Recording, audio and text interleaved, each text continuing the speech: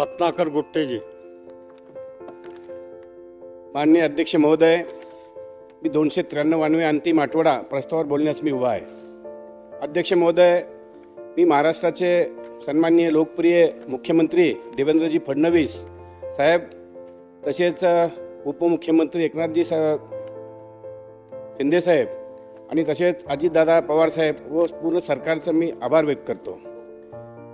नियम 293 मांडण्यात आलेल्या व महत्त्वपूर्ण प्रस्तावावर बोलताना मी विशेष मराठवाड्यातील व माझ्या गंगाखेड मतदारसंघातील शेतकरी, कष्टकरी, महिला, विद्यार्थी आणि सर्वसामान्य नागरिकाच्या वतीनं माझी भूमिका मांडत आहे. अध्यक्ष महोदय, मराठवाडा हा कायमस्वरूपी दुष्काळ, पाणी टंचाई आणि आता अतिवृष्टी अशा तिहेरी संकटात सापडलेला प्रदेश आहे.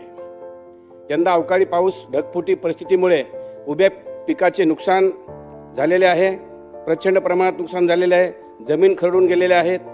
विहिरी गाळानं भरलेले आहेत. घराची पडझड झालेली आहे. अध्यक्ष महोदय, जनावरांचा मृत्यू झालेला आहे. अध्यक्ष महोदय, हे केवळ आकडे नाहीत तर शेतकऱ्याच्या आयुष्याचे उद्ध्वस्त वास्तव आहे.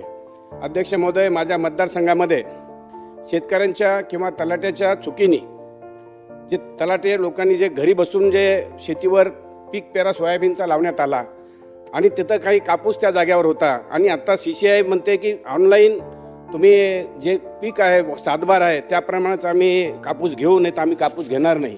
आणि जिथं सोयाबीन आहे तिथं आता अक्षरशः तलाट्याच्या चुकीने तिथं कापसाचा पेरा आलेला आहे आणि ते कापूस घेतल्या जात नाही. आपल्या माध्यमातून मला CCIला आपण सूचना कराव्यात सरकारने की ताबडतोब हे कापूस घ्यावा. हेक्टरी 25 ते 30 क्विंटल घालण्याची मर्यादा करण्यात यावी. अध्यक्ष महोदय, आणि अध्यक्ष महोदय, विरोधक म्हणतात की शासनाने उशीर केला, मदत अपुरी आहे. मी त्यांना ठामपणे विचारतो, आत्तापर्यंत कोणत्या सरकारने कधीतरी एवढ्या मोठ्या प्रमाणात निष्कर्ष बाजूला ठेवून मदत दिली होती का? आज शासनाने जवळजवळ 32,600 कोटीची ऐतिहासिक मदत पॅकेज जाहीर केले आहे.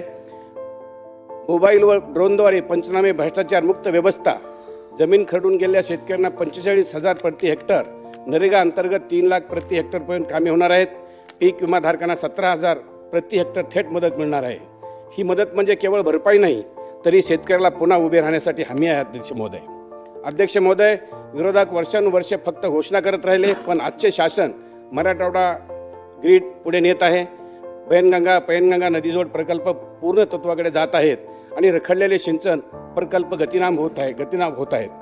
बुजलेल्या विहिरीसाठी 30,000 मदत मिळणार आहे. हे काम फक्त कागदावर नाही तर मैदानात सुरू आहे. अध्यक्ष महोदय, पडझड झालेल्या घरासाठी प्रधानमंत्री आवास योजनेअंतर्गत 100% मदत दिली जात आहे. अध्यक्ष महोदय, दुग्ध जनावरांसाठी 37,500 प्रति जनावर रक्कम दिली गेली आहे.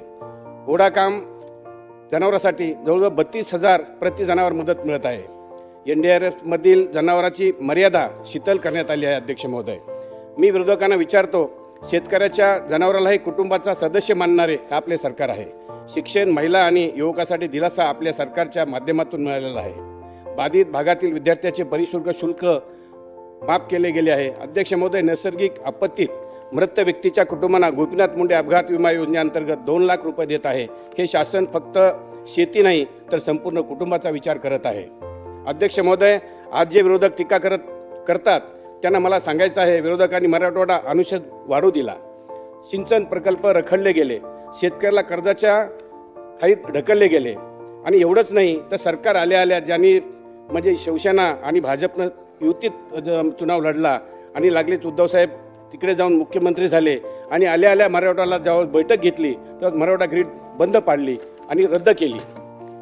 अध्यक्ष महोदय, आज मात्र त्याच लोकांना शेतकऱ्याची आठवण अचानक येते. हे दुर्दैव आहे. आजचे शासन मातोश्री पांधन रस्ते योजना प्रभावीपणे राबवत आहेत. उद्योग, रोजगार निर्मितीवर भर दिला जात आहे. पाणी, वीज, रस्ते तिन्ही पायाभूत सुविधा मजबूत करत आहेत.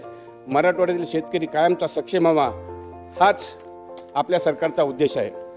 अध्यक्ष महोदय, आपल्या वतीनं सरकारला मला विनंती करायची आहे, पालम तालुका होऊन जवळजवळ 25 वर्ष झाले आहे तरी तिथे बसस्टँड होत नाही आहे. कारण तिथं जमीन उपलब्ध नसल्यामुळे ते बसस्टँड होत नाही आहे. तरी 2च मिनटं आणि सरकारने आम्हाला तिथं जमीन देऊन बसस्टँडचा प्रश्न मिटवावा. आणि आजचा प्रस्ताव म्हणजे तातडीची मदत, दीर्घकालीन विकास आणि शेतकऱ्याच्या आत्मसन्मानाची पुनर्स्थापना करणार आहे. म्हणून मी या प्रस्तावाला मनापासून ठामपणे आणि पूर्ण समर्थन देतो आहे. माझ्या मतदारसंघामध्ये गायरान जमीन किंवा गावरान जमिनीवर ग्रामीणमध्ये 30 ते 40 वर्षापासून जे घर बांधून राहतात तरी त्यांना कायम करून त्यांना 8च्या उताराची नक्कल देण्यात यावी. आणि डुकराचा जो त्रास आहे, कोणी बिबट्याचा, पण आमच्याकडे जे डुकराचा जेवढा त्रास होतो शेतकऱ्याला तर होतोच, पण आजकाल शहराला पण खूप वेळा डुकराचा त्रास झालेला आहे. जर कोणी भाजी घेऊन मार्केटमधून जाणार असलं तर ते डुकरं त्या भाजीला हिसकावून घेतात आणि घराघरात काही वाळू घातलेला असेल किंवा काही कुठं जर सोडलं तर ते सगळं डुकरं खाऊन टाकतात. त्याच्यामुळे ह्या डुकराचा बंदोबस्त केला पाहिजे. कारण ज्याला डुकरं पाळायचे त्यांनी बंदिस्त पाळावेत, का हरकत नाही ज्याला बिझनेस करायचं त्यांना. तसेच रस्त्याचे फार नुकसान झालेले आहे माझ्या मतदारसंघामध्ये या पावसामुळं. त्या जरा रस्त्याचे बगडे जाणं मला निधी उपलब्ध करून द्यावा. आणि खरं पाहिलं म्हणजे हा बंजारा समाज ऊसतोड कामगार आहे. या समाजाला आरक्षणाची फार सक्त गरज आहे. म्हणून बंजारा समाजाला जवळ आरक्षणाचा प्रश्न जो आहे चालू आहे तो मिटवण्यात यावा. आणि चरणसिंग ठाकूर, धडगर आणि 2 मिनिटं फक्त, मी सकाळपासून फक्त 2 मिनिटाच्या वर घेत नाही, 2 मिनिटं फक्त. बरं बोला. धनगर आणि धनगर हा जो एक प्रॉब्लेम आहे त्या प्रॉब्लेमला जरा संपवावं आणि धनगर जे आहे त्याला धनगर जर केलं तर हा प्रश्न मिटून जाईल, असं एक मला या निमित्तानं आपल्याला सांगावं असं वाटतं. जलजीवन मिशनचे काम जो आहे पैशाअभावी रखडले गेलेलं आहे, तरी शासनाने पैसे उपलब्ध करून देऊन ते काम पूर्ण करण्यात यावं. तसेच सरकारला माझी एक विनंती आहे की माझ्या कार्यक्षेत्र गंगाखेड शहर संत जनाबाई यांच्या जन्माने पावन झालेलं आहे. गंगाखेड येथील संत जनाबाई देवस्थानाचा विकास होणे आवश्यक आहे.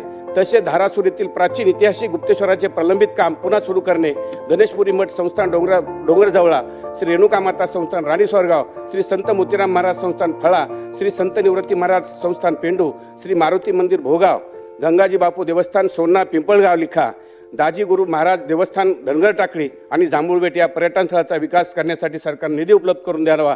आणि एवढं बोलतो आणि माझे 2 शब्द संपवतो. जय हिंद, जय महाराष्ट्र.